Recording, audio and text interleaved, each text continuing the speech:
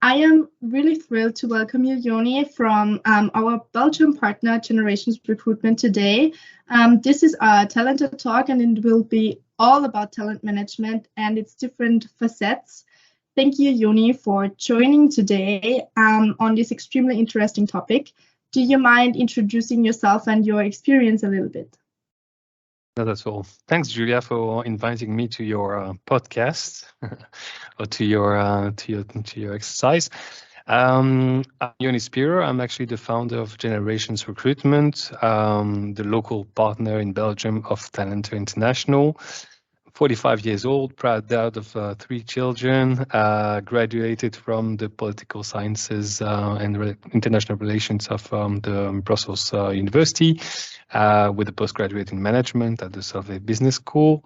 And I started my career in the year 2000, so 22 years ago, within the recruitment business. So I've been working for 9 years and a bit more for English privately owned companies, generalists, where I held some local international roles. And then I set up Generations Recruitment on the year 2009 with the ambition of changing the perception of the recruitment industry in Belgium. That sounds really great. I hope we can get some of your insights and experience today.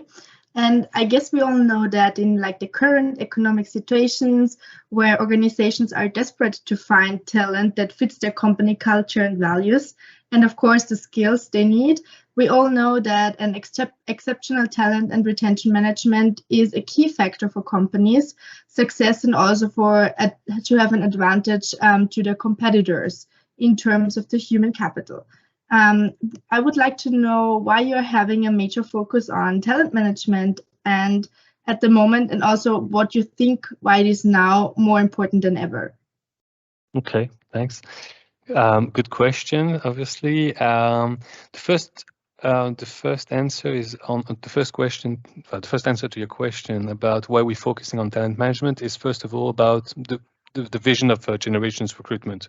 So our vision is, as I said, to change the perception of the recruitment industry in the Belgian market, and certainly we see the recruitment industry as not only a matchmaking industry. We are actually in a situation where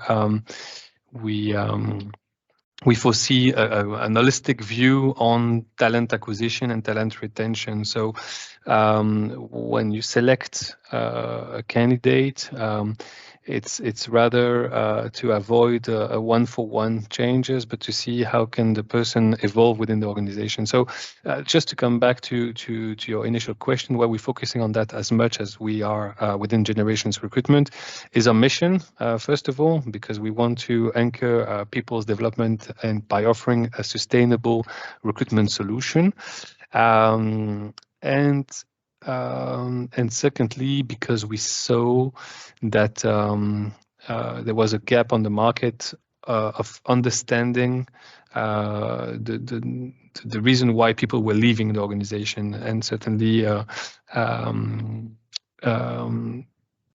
a couple of years. So they joined in, and then after a couple of years, they just move out of those organizations because of sentiment of not feeling aligned with the culture of the organization anymore, and we wanted to answer this question about why those people are leaving.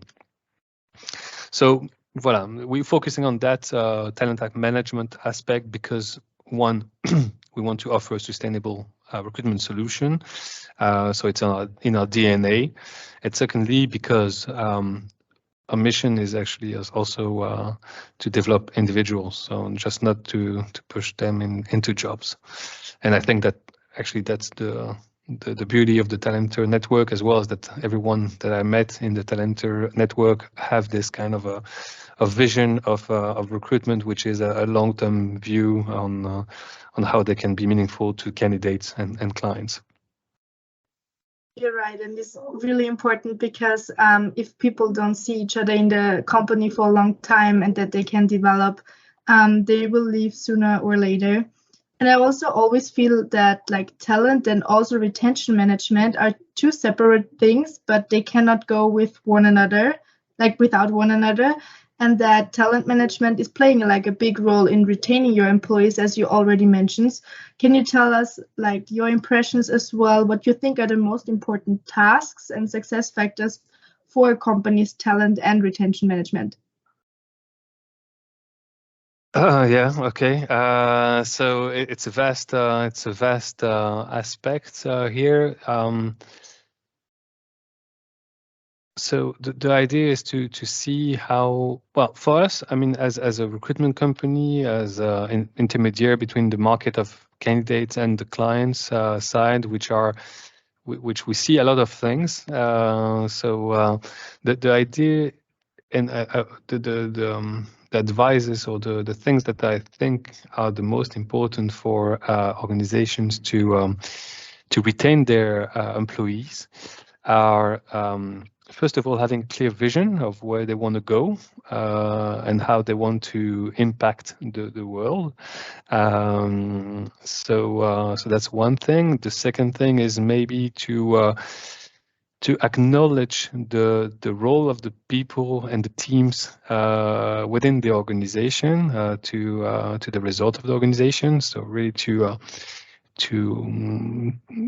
to put people in the front end of the successes of the organizations. And thirdly, and the most, I think, important, is to listen to the people, listen to the candidates, to the employees, and this to create momentum of talks that generates continuous engagement. That sounds really, really important as well. And I know that you're working with a model that's called GRAM model as part of the talent management. Can you explain a bit how the model works and how it can support an organization? Of course. So we created the model, a unique model called the GRAM, so Generations Recruitment Aspirational Model, because we wanted to understand, first of all, the underlying factors that push the candidates to move out from their organization, the actual employers, that once they connected with. So we analyzed, we associate ourselves with market research companies to understand the reason why people were leaving, and one of the key elements why people were leaving their organizations on top of their manager was the culture and the sentiment of not feeling aligned anymore, not feeling at their places, and not filling in what they aspirations were. So as a matter of fact, most of the people don't take the time to think about their career, about themselves, about what's important for them. And at some point, we wanted to help people express what's behind the I'm not feeling aligned with with the company culture anymore. So to put some wordings and to generate a kind of common language between the candidates on one side, or the employees, and the managers.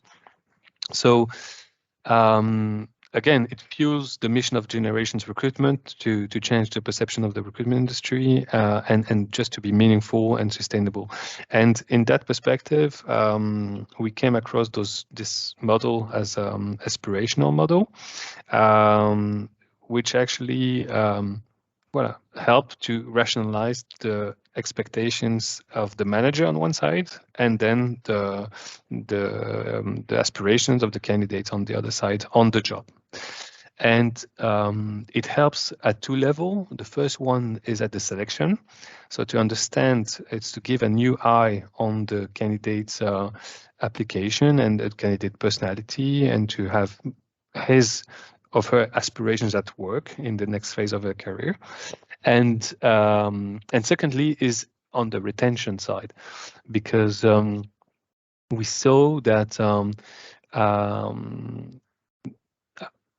we had a kind of a guess that people aspirations were changing over time, and this is why they're coming back to us at some point of their career saying, okay, I'm not feeling aligned anymore, but we couldn't prove it because it was okay, it was intangible. And what we saw by creating this tool is that we could say today that people are aspirations evolve in time, and in that perspective, the idea was to anticipate those changes, to make sure that people were able to speak about it and to communicate about them, about those changes, and then to act upon it. So on the retention side, it does help as well the organizations to anticipate the frustrations that one can have in the working relationships.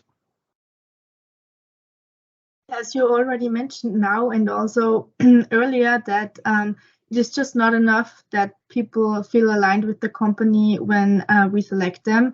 I also feel, or we also feel, that the current labor market situation, it is the case that just offering a great development opportunity within a talent management program is also not enough anymore for people to stay loyal to a company and stay with them. And we can see with some big role model employers such as Airbnb and Google, for example, that employee experience is becoming more and more part of how to retain employees, and also maintaining a high performance level and a culture where employees feel a sense of belonging to their company. What do you see as key factors for retaining employees and maintaining also the high performance levels? Okay, vast subject again. First of all, we are not all armed like Google and Airbnb. We don't have all the tools and money that they have to make things happening. But we have to understand that in French, a company is called a society. Enfin, it's called a société. Yeah? And as such, a society has to act a bit like a real society with a big S, meaning that it's people working with people with a common goal, with a common vision and common objective. And therefore,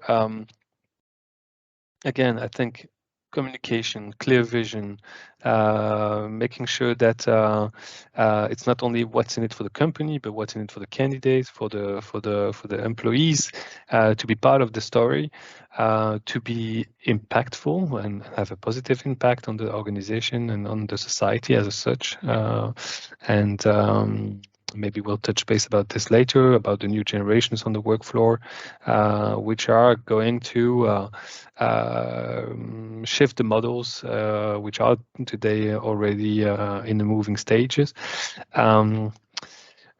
But just, yeah, in terms of retention, in a very schizophrenic market that we are living in, so we lived 2022, which was, I think, one of the best years for the recruitment businesses as such. I mean, and generally, business-wise, people were actually very happy with the results. But it came along within like a kind of metaverse, yeah, like a kind of another universe within the actual life, you know, in terms of, okay, we have recession, inflation, war, and still we making business is actually flourishing. Okay, is this sustainable? I don't think so, but at some point we came to a situation. I think that that organizations should believe or should think about more than believe, but should think about what they want to become in the future, and the society is asking them to actually making this reflection and see how they want to be impactful in the future. So just to come back to your point and to your questions, I think generating as such, you know, the experience of having a human-centric organization, which will probably face some heavy changes in the future, and act as human being in an organization where like even cutting on profit, yeah, to make sure that people stay and have ethical way of actually working, to make sure that people can be sustainable, the company can be sustainable, and then people can live within the organization, or if they have to separate themselves from some people, that they do it in an ethic way. This is how we're going to be judged by the next generation. You know, it's how do we act upon some difficult situation, and if we have to take them, how as well behind the why. Yeah? And also an image takes a lot longer to build up than you can lose it again as a company or as an employer with potential employees. Mm-hmm. Do you see a trend now, like after COVID, that we need to take particularly into account as employers? Yes. We saw people feeling quite isolated from organizations, being far away from the headquarters, from the heart of the organizations, and feeling a bit aside. And therefore, what we feel is important is to reconnect humanly with the individual. So all the technological video and so on are very interesting, very nice. Obviously, they speed up the process, but it's quite easy to be behind the desk, yeah. Just to take the car and visit the clients anymore. You know, it's actually making the step towards the people. So that's one thing that I think we see is that people would like to reconnect, feel, you know, belonging, feel part of something, and be at the office more often. Doing some team buildings and so on, you know, just to feel a sense of belong, as you mentioned before. I mean, we are human beings. We are, as I said before, in a society, yeah, and within a company, it's kind of a society. So we need to be secure that we feel and we keep the connections moving forward. We have talked a lot about what is very important for organizations to keep employees. Do you also see any upcoming challenges for organizations in the next years?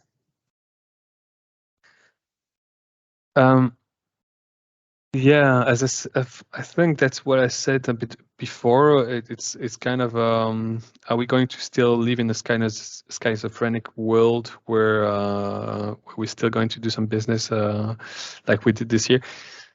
I think, I mean, unfortunately, in our European markets, I mean, we are living into well, anywhere around the world. Actually, I think that the internal demand of China has dropped down. That inflation is actually moving up in the different markets.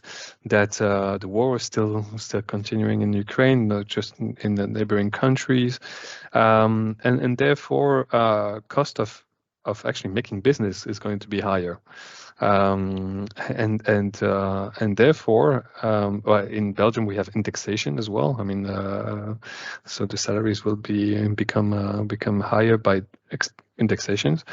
It's automatic, and therefore again, cost of actually doing business is going to be higher.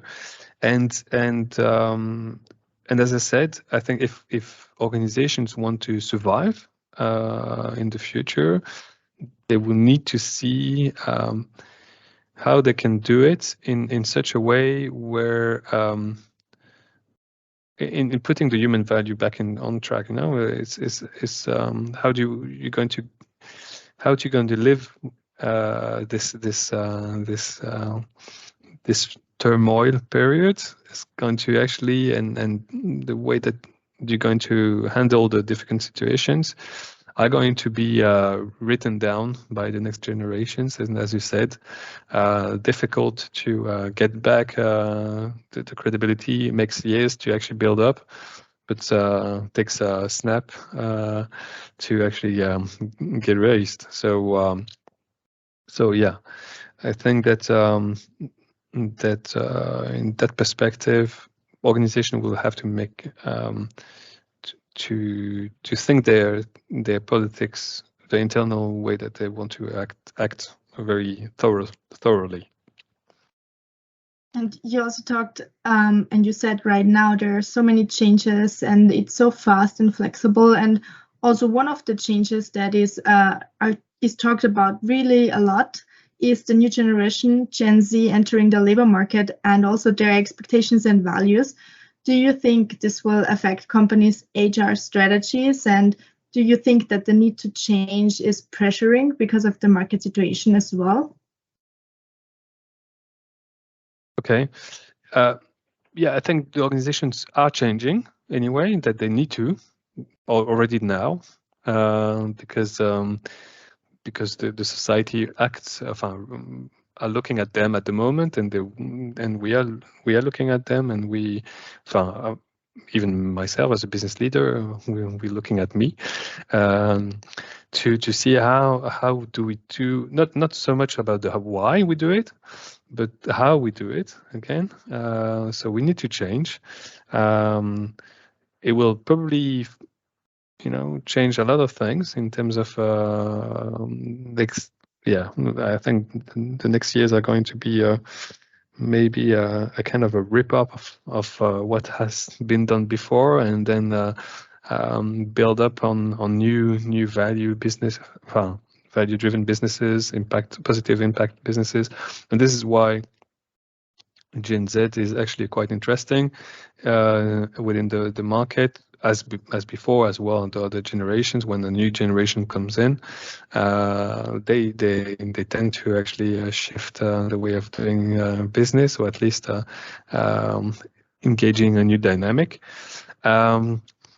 So yes, indeed, as I said before, I think it's not so much about the why, and the why will be important as well, but as well the how. How the businesses are going to be acting upon. We already talked a lot about challenges and trends that are upcoming, and changes as well. Do you think there is something else, any changes, or what will happen in the next few years, any major trends that you can see already?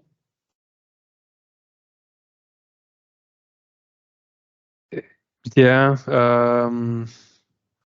Well, again, I think I'm just going to repeat myself on that, because I think Sure. we did cover quite some stuff. But the idea was to say, okay, that well, I don't have a crystal ball, obviously. Maybe we come into a situation where things are going to be super high, and but I'm quite realistic about that. So again, maybe we'll come to a shift on the market. First of all, that people will. Today we are living in a candidate-driven market, as we call it in the recruitment industry. Most probably in the next semesters to come, the market will actually shift. Unfortunately, I think due to the different things that we talked about before, and unfortunately, we see that already today. Major technological companies are laying off some individuals. For good or bad reason, we don't know exactly yet today. But the cost of doing business are going to be higher, is getting higher, and therefore the labor cost is actually getting higher as well. So we might see that organization will be laying off some people. Unfortunately, that will continue the digitalization of their organizations to make sure that they're up to date with the latest technologies available. The change of and we talked about it in the years pre-COVID about the fact that this digitalization is actually getting new type of jobs on the market. So we'll see people laying off some people. We'll see the same people hiring also different type of people. So we have to look into those new jobs that are not yet created, and that will actually be interesting to dive onto. I think as well sustainability will become a big topic the years to come, and how organization will act upon it, or will actually dedicate some manpower to assess their sustainability audits. Yeah, for them. So I think that's those major trends that we can see today is that we'll come to a market where we have more people in the market looking for a job, but as well maybe some organizations are hiring, but not for the same functions that people were laying off for. A kind of a re-education of people on the market as well, training them to the new technology, to the new jobs coming up, is going to be important for the government to think about in the years to come. And you just mentioned we do have a candidate market now, and companies fight for good employees rather than employees having to convince employers. But at some point, it's also not a one-way street. And you just mentioned that it probably will change within the next few semesters or years. What do you think are key success factors for individuals in the today, like in the new world of work? Mm-hmm. What we see is important for clients and for organizations is to have people that are resilient, that are agile. That can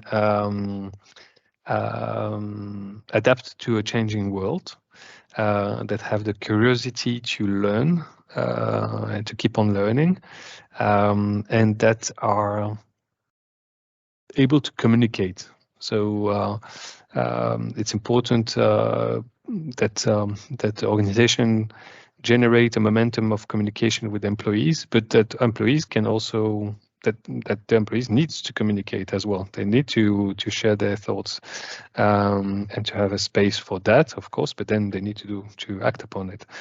So yeah, communication, curiosity, resilience, agility, those kind of elements are important. And I think generally an attitude to want to be impactful. And also for the end of our talk, we already discussed it now a little bit. Do you have one advice for organizations and one for an individual on the link in terms of the talent and retention management? The advice I would actually share for the individuals would be when they assess an opportunity is to advise whether it makes sense, whether it makes sense for them, whether it builds up their career, whether it fits in with their aspirations. And if they don't know their aspirations, they can always go to the Generations Recruitment website and pass the gram. So really to feel engaged and for that, just to think through whether it makes sense. Does it build up my career? Does it wants to contribute to what I want to contribute in the future? And for organizations, I would say, think through the how. just make sure that what you do and how you do it is actually aligned with the values that you want to actually share on the market and share outside your own buildings. Yeah. Yeah. Voilà. Thank you very much. I think this was a great insight into talent and retention management, as well as in the upcoming challenges and trends we will face in human resources. It was a pleasure to talk with you. Likewise, Thank Julia. you. Thank you.